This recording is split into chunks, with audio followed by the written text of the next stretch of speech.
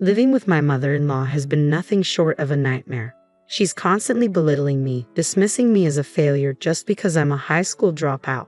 You can't do anything but cook, she often scoffs. Why do you make such a mess of the room? Her harsh criticisms are relentless, and she doesn't hesitate to barge into our bedroom, rifling through closets and drawers, hurling insults my way. It's as if my lack of formal education is all the excuse she needs to demean me. Despite her constant jabs, I can't argue back. My life has been overshadowed by her disdain since the day I married her son. My name is Sofia, and my parents run a modest but well-loved restaurant. My father, a dedicated chef, and my mother, who handles the front of the house with charm and efficiency, have created a warm, bustling eatery. Although our restaurant is a bit dated and located far from the city center, it's known for its excellent food and service. Growing up as an only child, I admired my parents and dreamed of taking over the family business. I began working at the restaurant from a young age, and after graduating middle school, I dedicated myself to helping more, especially as my father's health began to decline. My father taught me the basics of cooking, and while I struggled to match his exact flavors, I used his recipes as a guide and gradually began earning compliments from our regulars. They would say, "Sofia's cooking is delicious, it tastes just like your dad's." Encouraged by these words, I took on more responsibility at the restaurant, eager to ease my father's burden. However, my school attendance became a concern for my teachers, leading to a meeting with my parents where my lack of attendance was discussed. Despite their insistence on focusing on my studies, I made the decision to quit school. My parents were heartbroken, but their support never wavered. I completed the dropout process and began working full-time at the restaurant. As the years passed, I found myself managing most of the restaurant's operations alone, from opening preparations to closing cleanup. My father's frequent hospitalizations and my mother's time spent with him at the hospital left me to shoulder the responsibility. One day, while handling the cut on my finger in the restaurant, a man entered, noticing my distress. "Are you okay?" he asked. "I cut my finger while prepping," I replied. He handed me a Band-Aid and said, "Here, take this." "Thanks, that really helped," I responded. His name is Ted, my boyfriend, who is 2 years younger than me. We met through his job as a kitchen equipment salesman, and our relationship blossomed despite my initial doubts about why someone like him would be interested in me. Over time, those worries faded, and we are now preparing to celebrate our 3rd anniversary. Ted proposed that we get married on our anniversary, and I joyfully accepted. Although I was anxious about leaving the restaurant, my parents reassured me, saying they wanted me to be happy. As our 3rd anniversary approached, Ted and his mother visited our restaurant for the first time, marking the first meeting between our families. Ted's father had passed away early, so it was just his mother who joined us. When I informed my parents about the meeting, Ted's mother smiled warmly and said, "I'm so glad we finally met. My son talks about you all the time." "Actually, it's our daughter who has been singing your praises," my parents replied, smiling back. "We're truly grateful to Ted," my mother added. "Our daughter's only skill is cooking, but we hope you'll take good care of her." Ted suggested, "Let's put the formalities aside and enjoy the dinner." I began serving the dishes I had prepared in advance. "Oh, how wonderful," they exclaimed. "Ted is lucky to have a wife who cooks so well."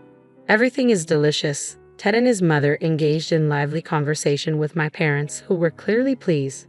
Seeing everyone enjoy the meal I had prepared filled me with immense happiness. The first meeting between our families ended on a positive note, and Ted and I got married soon after.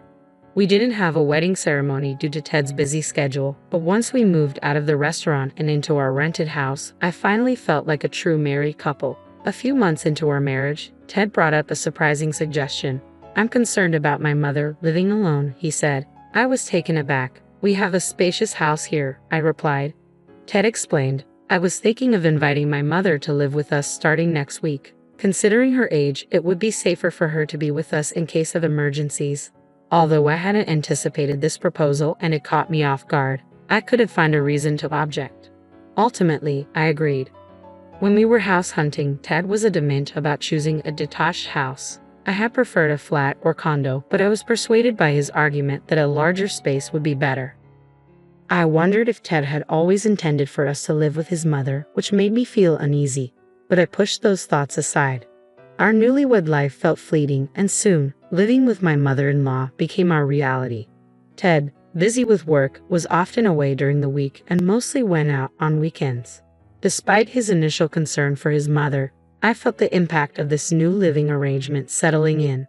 I never saw Ted do anything to help his mother, and there was another issue. My mother-in-law had changed completely since we first met.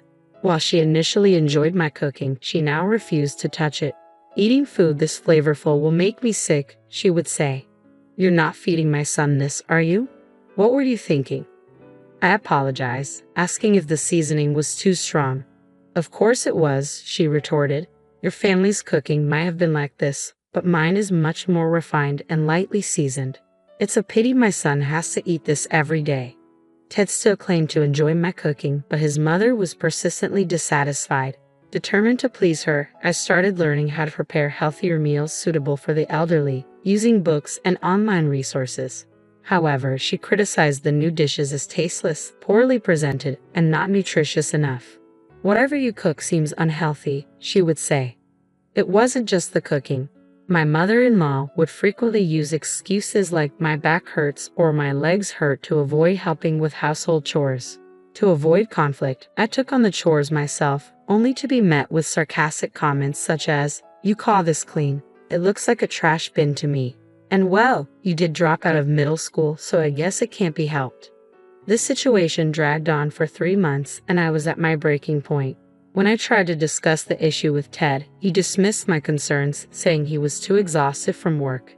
His company had recently undergone major layoffs, increasing his workload and often requiring him to work late. Despite this, I was determined to address the problem with my mother-in-law directly. Before Ted left for work, I asked if we could talk after work that night, outside the house, since my mother-in-law would be at home. I wasn't sure how a calm discussion was even possible, given Ted's complaints about being overwhelmed with work. Despite his exhaustion, I earnestly pleaded with him. "Please, I'm begging you," I said, hoping to move him with my sincerity. Reluctantly, he agreed, though he emphasized it had to be a very brief meeting. We decided to meet at a cafe near his office at 8:00 p.m. to minimize my time spent alone with my mother-in-law at home. I prepared dinner in advance and left the house a bit early, avoiding any mention of my plans to her to prevent her snide remarks. Arriving early at the meeting spot, I wandered around the town, a rare treat since I usually confine myself to cooking and rarely explored the city alone. I found the walk refreshing. While browsing in a shopping mall, contemplating buying something for Ted, I was struck by a startling realization. My breath caught as I saw Ted walking with another woman. I rubbed my eyes, ducking my sight, but there was no mistake. It was definitely him. I watched as they left the store, and driven by a mix of curiosity and dread, I followed them. They eventually retreated to a secluded area where they embraced each other. Their actions were unmistakable. This was an affair. Overwhelmed with shock and heartache, I began to cry uncontrollably. Unable to bear the pain, I left the scene and messaged Ted, saying that something urgent had come up and I couldn't meet him that night. My mind raced with questions. Why? Since when? Who was she? I felt nauseous, the image of what I had just witnessed replaying in my mind. Somehow, I made it back home, where my mother-in-law was waiting. "Sofia, where have you been? It's not normal to leave without saying a word. Don't you have any common sense? You usually let us know before you go out," she scolded. I had no energy to argue and silently went to the kitchen, where I saw the dinner I had prepared. I had prepared a special meal for Ted, but he barely touched it, which left me feeling regretful and brought me to tears once again. That night, I stayed locked in my room. Even when Ted came home, I couldn't bring myself to face him and chose to ignore him instead. "Sofia, are you awake?" Ted knocked on the door several times. Normally, I would have prepared a snack for him upon his return, but not tonight. He must have noticed the absence of the snack and expressed his concern. "What's going on?" I adjusted my work schedule to make time for our dinner. "It's problematic to cancel like this," he said. How could he say he was waiting for me when he had clearly been spending time with another woman? My cancellation shouldn't have been a problem for him. It felt like he thought I was oblivious to everything. Ted began to complain to his mother, who had come to the front of the room. "What's happening, Ted? It's late and noisy," she said. "Mom, Sofia and I had dinner plans, but she suddenly canceled and won't even talk to me now," Ted lamented, sounding like he was the wronged party. My mother-in-law joined in with her sarcastic remarks. "Really, Sofia? You left without saying a word, neglected your duties, and are so irresponsible. I was looking forward to our dinner and even adjusted my work schedule for it. To think she would cancel on such an important commitment with her husband. If we had kids, imagine the trouble. As my mother-in-law unjustly criticized me, the thought of exposing Ted's affair flashed through my mind. But what Ted said next was even more shocking than the criticism I was receiving. There's no need to worry about that. Sophia can't have kids and she's already 30. I've given up on the idea of having children with her, Ted said, revealing my infertility, a secret I had only shared with him before we married. I had hoped to protect him from the hurt by asking him to keep it a secret, and he had promised to do so. Hearing it revealed like this was beyond belief. Oh, so Sophia can't have children. What a disappointment, Ted's mother said. Maybe I chose the wrong person. We've been deceived all along. She didn't want to lose the marriage to you because she thought she wouldn't find another opportunity. Unable to endure the pain any longer, I put on my headphones, cranked up the volume, and drowned out the world with music. That night, sleep eluded me as my mind replayed the images of Ted's infidelity and the harsh words I had heard. My heart felt like it was being ripped apart by sadness and anguish. Weeks later, Ted's relatives were coming over for a marriage celebration. I hadn't wanted any celebration, but it seemed my mother-in-law had taken it upon herself to organize one. She informed the relatives that I was a restaurant chef and handed me a list of dishes to prepare. Although there were many dishes to make, cooking itself was never a problem for me. In fact, it was my greatest joy. I decided to give it my all, pouring my heart into each dish. Immersing myself in cooking brought me relief from daily stress and reminded me of the warmth of my parents' kitchen. On the day of the gathering, about 10 relatives arrived. Our living room wasn't very spacious, but everyone managed to find a spot. Wow, the food looks delicious. Did you prepare all of this? They marveled, savoring the dishes I had made. Their enjoyment brought tears of joy to my eyes.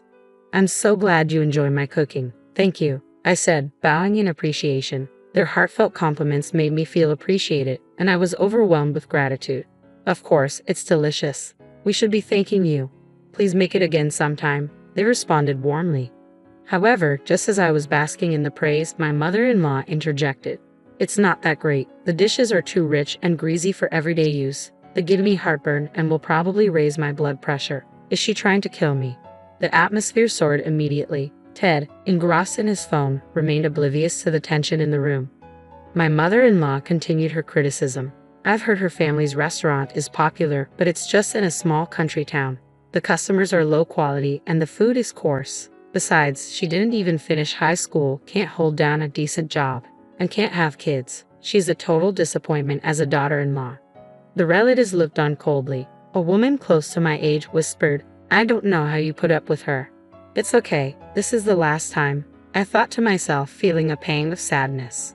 With a forced smile, I whispered back, watch this, and then loudly announced, everyone, please take a look at this, as I held up my smartphone. The screen displayed a photo of Ted embracing his lover. The room's attention shifted immediately. What are you doing? Ted yelled, rushing towards me. What am I doing? Just revealing the truth, I replied loudly, facing Ted with a mix of anger and resolve. His face reddened, and he tried to deny it. I don't know what you're talking about. This is a lie. I would never do such a thing, Ted protested. His mother, initially trying to support him, was now speechless and stunned into silence. Determined to expose the full truth, I continued, Ted has been having an affair. I hired a detective agency and gathered substantial evidence. These photos are genuine. A detective agency. Evidence, Ted's mother stammered, her disbelief evident. Ignoring her, I firmly declared, as of today, we are getting a divorce. I will also be pursuing alimony for the mental distress I've endured. And to my mother-in-law, I have recorded all the harassment. I will also be seeking compensation from you, I declared firmly. Causing both Ted and his mother to recoil in shock, they began to retort, trying to deflect responsibility. Hiring a detective is such a cowardly move, Ted's mother said sharply. You should be grateful you even got to marry Ted. That's right, Ted added. You're the one who forced Ted into this marriage and caused all this discomfort. It's your fault. Despite their protests, their words were meaningless to me. The evidence of the affair and harassment was irrefutable. It's a lie, right, Sophia? It's not too late for us to start over.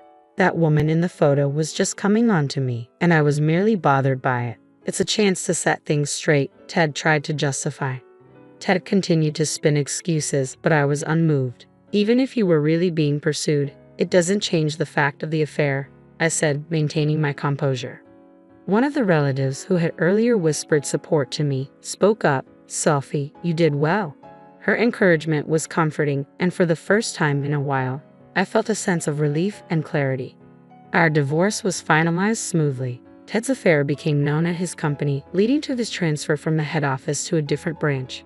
He moved out of our home and relocated with his mother, likely closer to his new job. I received the alimony from Ted and his mother and decided to return to my parents' house for a while. My parents were initially surprised by the news of my divorce but welcomed me warmly without judgment. I contemplated whether to help out at the family restaurant or further my culinary studies. My father suggested, "Why don't you go abroad? It might be challenging, but gaining diverse experiences could be invaluable.